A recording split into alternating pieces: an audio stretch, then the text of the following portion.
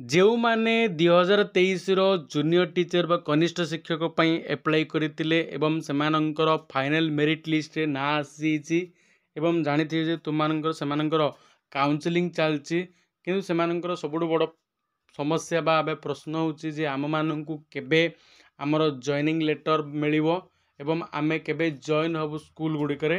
ଏବଂ ଯେଉଁମାନଙ୍କର ସିଲେକ୍ସନ୍ ହେଇନି, ଫାଇନାଲ ମେରିଟ୍ ଲିଷ୍ଟରେ ନାଁ ଆସିନି, ସେମାନଙ୍କ ମନରେ ପ୍ରଶ୍ନ ହେଉଛି ଯେ ସେକେଣ୍ଡ ମେରିଟ୍ ଲିଷ୍ଟ କେବେ ଆସିବ, ଆମମାନଙ୍କର ସିଲେକ୍ସନ୍ ହେବ କି ନାହିଁ, ସେ ବିଷୟରେ ଡିଟେଲ୍ସ ଏଇ ଭିଡ଼ିଓରେ କହିବି ମୁଁ ତୁମମାନଙ୍କୁ।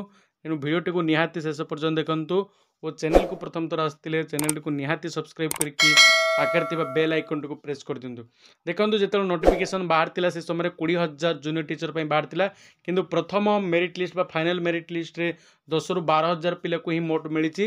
ତେଣୁ ଆହୁରି 7-8,000 ପିଲାର ସେକେଣ୍ଡ ମେରିଟ୍ ଲିଷ୍ଟରେ ନାଁ ଆସିବ। ତେଣୁ ଯେଉଁମାନଙ୍କର ସିଲେକ୍ସନ୍ ହେଇନି ସେମାନେ ବ୍ୟସ୍ତ ହେବାର ନାହିଁ, ସେମାନଙ୍କର ସେକେଣ୍ଡ ମେରିଟ୍ ଲିଷ୍ଟ ଖୁବ୍ ଶୀଘ୍ର ଯେତେବେଳେ ଏମାନଙ୍କର ଜଏନିଂ ହେଇଯିବ, ଜଏନିଂ ହେବା ସଙ୍ଗେ ସଙ୍ଗେ ହିଁ ତୁମର ସେକେଣ୍ଡ ମେରିଟ୍ ଲିଷ୍ଟ ଅସେପା ତରଫରୁ ପ୍ରକାଶ କରିଦିଆଯିବ।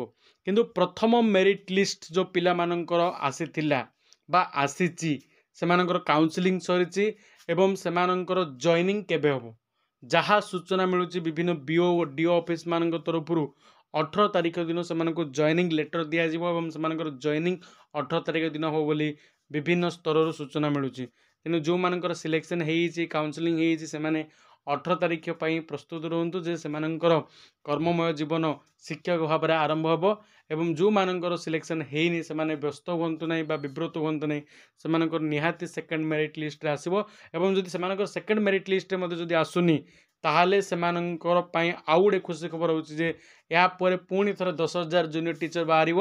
ତେଣୁ ନିହାତି ଆପଣ ପଢ଼ାପଢ଼ି ଜାରି ରଖନ୍ତୁ ଏବଂ ପ୍ରିପାରେସନ୍ ଜାରି ରଖନ୍ତୁ, ନିହାତି ଆପଣଙ୍କର ସିଲେକ୍ସନ୍ ହେଇଯିବ।